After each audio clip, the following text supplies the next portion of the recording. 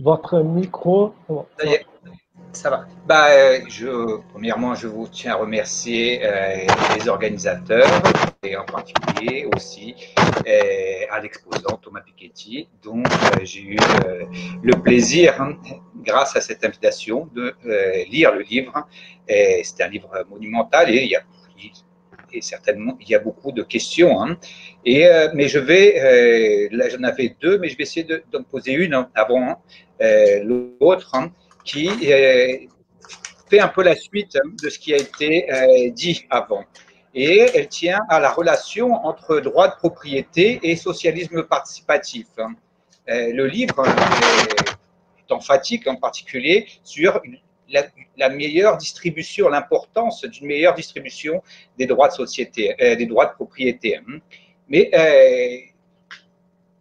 cela pose pour qui habite au Brésil, et j'imagine pour d'autres pays en développement, ça pose quand même certaines questions. C'est que cela suppose, pour redistribuer ces droits de propriété, de deux choses l'une. Ou cela suppose un État qui a les capacités, ce que le professeur Thomas Piketty dit, la puissance publique. Et donc, et ça, ce n'est pas un acquis. C'est quelque chose qui manque dans beaucoup de pays en développement, et même au Brésil, qui est un pays économique de revenu moyen, développé politiquement, mais dans plusieurs endroits, il manque de capacité de la puissance publique à créer, à établir, à protéger ces droits de propriété et sanctionner ceux qui les bafouent. Et donc ça, c'est une question. L'autre, c'est ou alors c'est le changement social plus radical. Mais alors là, ma question, elle se pose, c'est dans quel cas, si l'examen des trajectoires historiques et de leur multiplicité permet de savoir s'il existe des expériences de remise en cause des droits de propriété des 10% qui ne soient pas la conséquence de transitions sociales très coûteuses, en particulier guerre, pandémie et autres transitions sociales très très coûteuses. Donc c'est ça on va me dire ma principale question, savoir si dans l'étude des diverses formes historiques, le professeur Thomas Piketty peut nous fournir des exemples par lesquels l'État a pu construire ses capacités et sans que cela passe par un désastre social et économique. Voilà. Merci, Georges. S'il vous plaît, Thomas. Oui, alors, c'est vrai que si on regarde comment s'est produit la réduction des inégalités au cours du XXe siècle en Europe et dans une certaine mesure aussi aux États-Unis et au Japon, les deux guerres mondiales jouent un rôle central. Donc les choses se sont déroulées non pas de façon paisible avec le suffrage universel menant à l'élection de gouvernements qui mettent en place paisiblement des réformes des droits de propriété. C'est pas ça le schéma général. C'est vrai que le schéma principal qu'on observe, c'est un schéma dans lequel on a en même temps des processus extrêmement violents liés à la Première Guerre mondiale, la Deuxième Guerre mondiale, la crise des années 30 qui vont beaucoup remettre en cause le capitalisme libéral du début du XXe siècle et du XIXe siècle. En même temps, il faut pas ce cas des guerres mondiales, on joue un rôle très important dans le cas de la France, du Royaume-Uni, de l'Allemagne évidemment. Dans le cas de la Suède, par exemple, que je mentionnais tout à l'heure, les deux guerres mondiales, la première et la deuxième mondiale, jouent un rôle assez mineur. La Suède est assez peu impliquée et c'est plutôt la mobilisation sociale, syndicale et pour le coup le succès électoral du Parti social-démocrate en 1932 qui va conduire à ce changement. Ça ne veut pas dire que ça se passe de façon paisible. Ce sont des mobilisations sociales très fortes, des rapports de force, mais disons c'est pas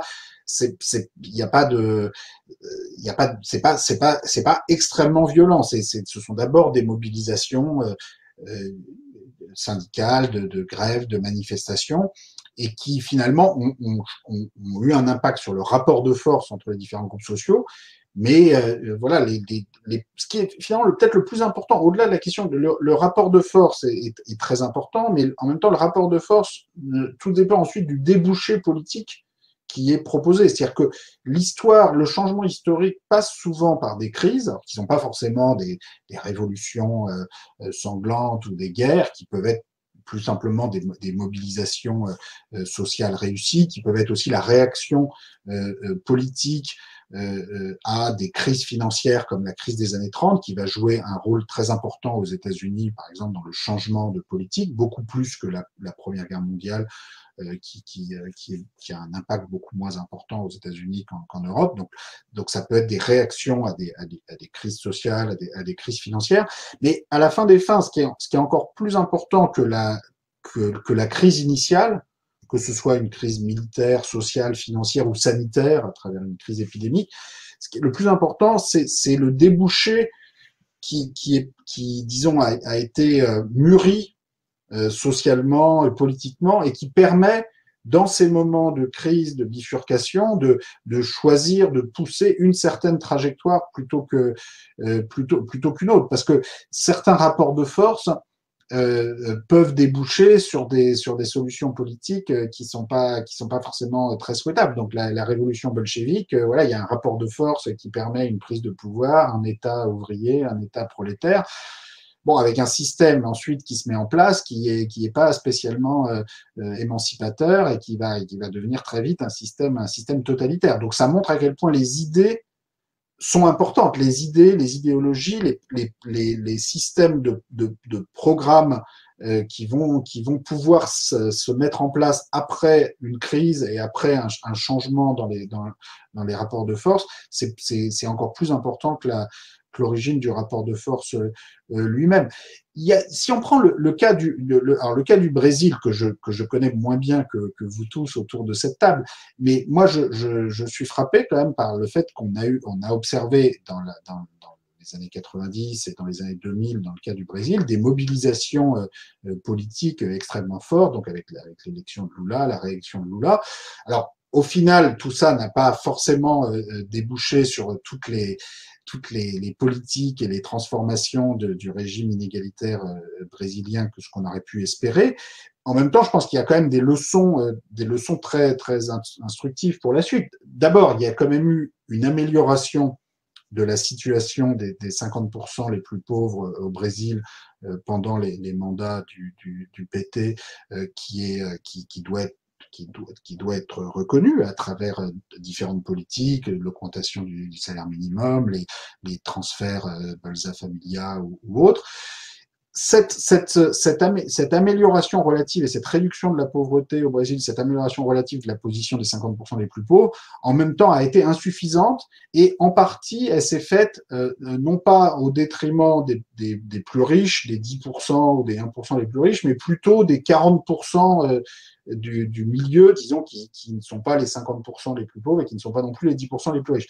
Et ça, c'est sans doute en partie du fait de l'absence de réforme structurelle du système fiscal, du système de propriété, d'imposition des successions, de redistribution de la propriété, en partie du fait que la capacité étatique et la capacité de la puissance publique à orchestrer ces réformes était et reste limitée au Brésil, mais peut-être encore plus aussi du fait des règles électorales, institutionnelles du système brésilien, qui fait qu'on peut avoir 50% ou même parfois 60% des voix lors d'une élection présidentielle, et puis ensuite ne même pas avoir la majorité au Parlement.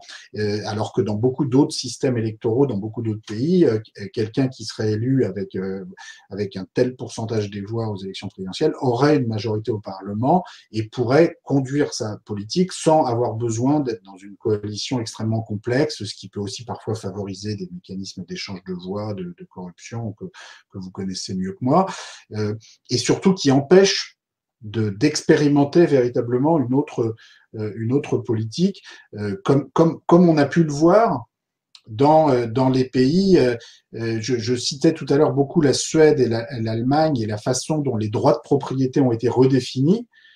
il faut bien voir que les actionnaires, évidemment allemands ou suédois, ne voulaient pas du tout de cette restriction de leur droit de vote.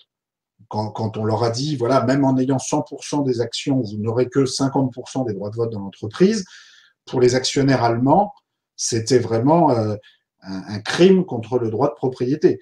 Et donc, il y a eu des rapports de force avec des syndicats, des élections qui ont fait cette transformation, mais il y avait aussi un système institutionnel, électoral, constitutionnel, qui a permis de rendre légale cette transformation. Par exemple, la Constitution allemande de 1949 définit la propriété comme un droit social dans lequel il y a non seulement les actionnaires, mais aussi des parties prenantes, des salariés, des locataires, et c'est ce cadre constitutionnel et institutionnel qui a permis l'adoption de façon finalement apaisée, dans un cadre démocratique, de nouvelles règles organisant la propriété.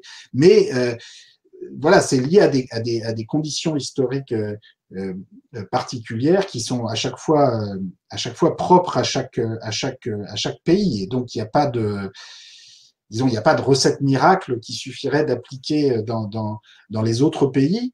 Mais en tout cas, il y a plusieurs façons d'avancer dans cette direction. Et il n'y a pas, pour répondre à votre question et pour conclure, il n'y a pas besoin forcément de choc violent avec un coût complètement disproportionné par rapport à l'objectif atteint. Il y a beaucoup de façons finalement politiques d'arriver à ces transformations.